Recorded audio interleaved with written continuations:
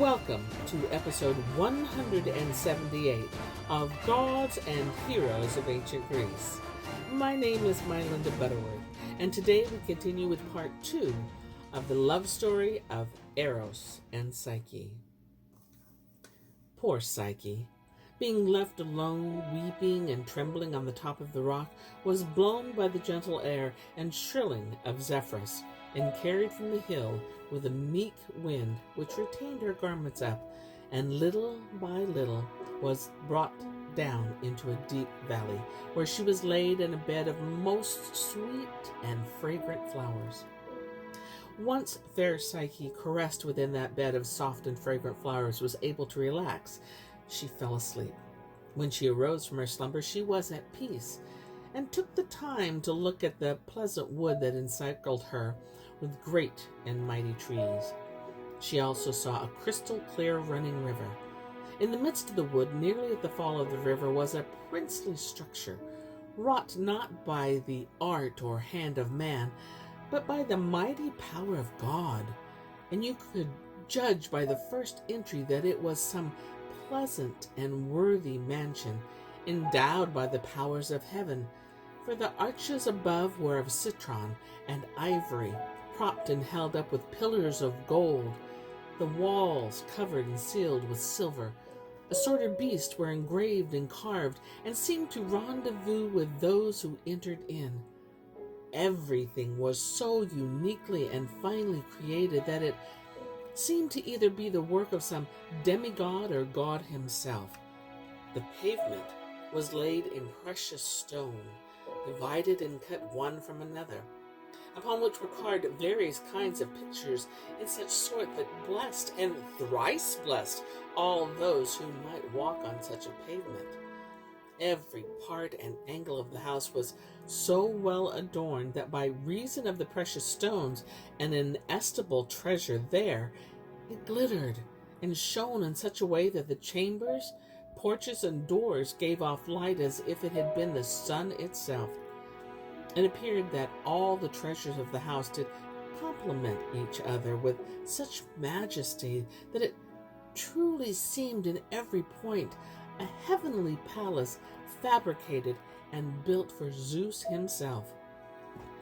Then Psyche, moved with elation, and taking a bold heart, entered into the house, and beheld everything there with great awe. She saw storehouses fashioned with exceeding finery, and resplendent with abundance of riches. One could only conclude that there was nothing lacking, that it was the greatest store of treasure to behold, and more marvelous was that there was no closure, bolt, nor lock to keep the same. With great pleasure she gazed upon everything, when she heard a voice without a body that said, "Why do you marvel at such great riches, madam? Behold, all that you see is at your command. Wherefore go you into the chamber, and repose yourself upon the bed, and desire what bath you will have. And we, whose voices you hear, are your servants, and are ready to minister unto you according to your desire.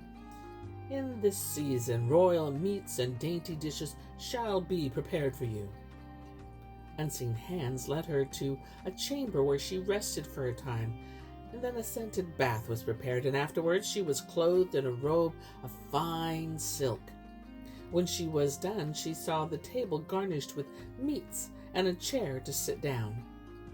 Once Psyche sat down, all sorts of divine meats and wines were brought in, not by any body, but as if it were with a wind, for she could not see a person before her, but only heard voices on every side. After all the services were brought to the table, one came in and sang invisibly, another played on the harp, but she saw no man. The harmony of the instruments did so greatly thrill in her ears that even though there were no persons, yet she felt as if she were in the midst of a multitude of people. When darkness fell, Psyche found a bed ready for her, and she lay down to sleep. But in the night she awoke, when she felt someone standing beside her bed, and she was terrified.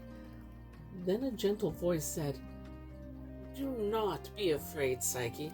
I am the husband you have been waiting for. Trust me. No harm will come to you. Only do not try to see me." Then he lay next to her, and after he had made a perfect consummation of the marriage, he rose before daybreak and departed. For some months Psyche lived in the palace, surrounded by beauty and comfort. The unseen servants answered all her wishes, and when her unseen husband came to her at night, he was always kind. She began to long for the sound of his voice, and very soon fell deeply in love with him. Still, the days seemed empty, and only the sound of the instruments was a comfort to her loneliness.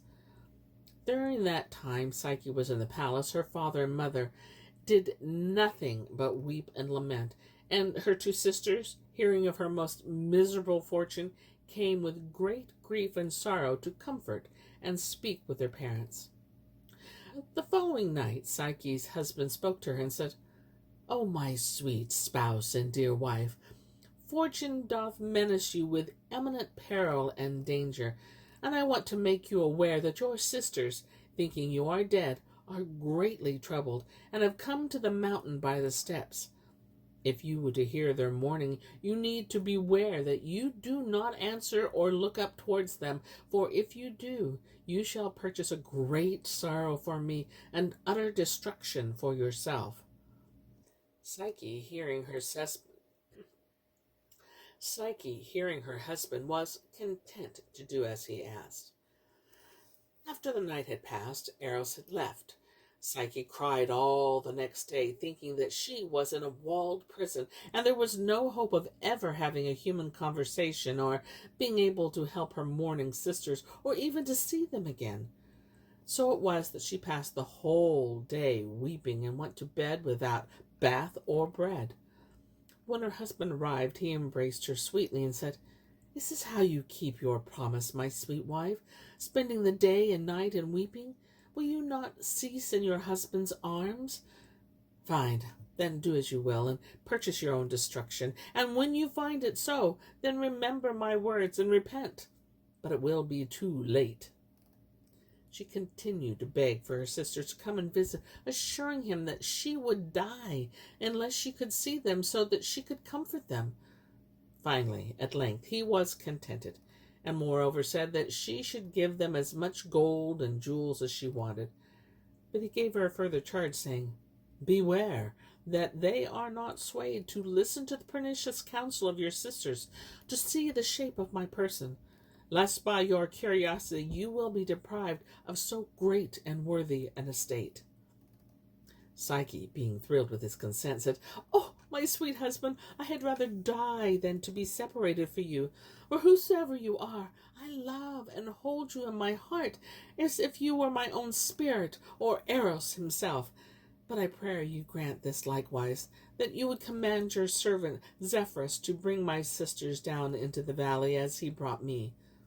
After which she kissed him sweetly and desired him gently to grant her request, calling him her spouse, her sweetheart, her joy, and her solace, whereby she compelled him to agree, and when the day broke, he was gone away. After a long search, Psyche's sister came to the hill where she was set on the rock, and cried with a loud voice in such sort that the stones answered again. And when they heard their sister by her name, that their sorrowful cries came unto their ears, she said, "Behold, here I am. I pray you torment yourselves no more. Cease your weeping." And by and by she commanded Zephyrus, by the command of her husband, to bring them down. He did not delay, and with gentle blasts he carried them up and laid them gently in the valley. No words can express the continual embracing, kissing, and greetings that went on between the three of them, and all sorrows and tears were then laid aside. "Come into our home," said Psyche, "and refresh your afflicted minds with your sister." After this she showed them the storehouses of treasure. She caused them to hear the voices which served her. A bath was prepared, meats were brought in, and when they had eaten and filled themselves with divine delicacies, all they had seen and heard, a great envy began to stir within their hearts. And one of them, being very curious, began to demand details about what her husband did, of what state and who was the lord of such a magnificent house. Psyche, remembering the promise she made to her husband, feigned that he was a young man of comely stature, with a flaxen beard, and had great delight in hunting in the hills and dales. And lest by her long talk she should be trip or fail in her words, she filled their laps with gold, silver, and jewels, and commanded Zephyrus to carry them away. And here is where I end my tale for today. But I'll be back with more tales, many more tales. Until then, my friends, enjoy the journey.